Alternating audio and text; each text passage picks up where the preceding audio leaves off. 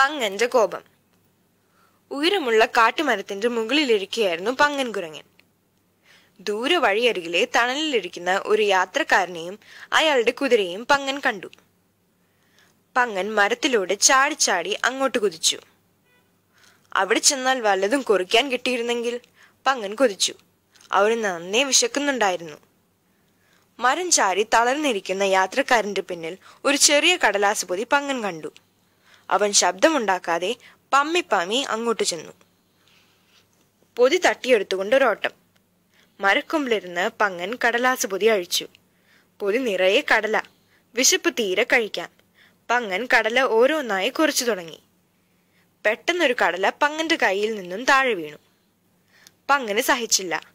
ദേഷ്യം കയറി പങ്ങൻ കയ്യിലിരുന്ന പൊതിക്കിട്ടൊരു തട്ടുകൊടുത്തു. കടല മുഴുവൻ പൊതിയോടെ താഴേക്ക് ചിതറി. അടുത്ത നിമിഷമേ പങ്ങന് തന്റെ മണ്ടത്തരം പിടികിട്ടിയുള്ളൂ. അവൻ താഴേക്ക് ചാടി ഓരോ കടല പെറുക്കാൻ നോക്കി.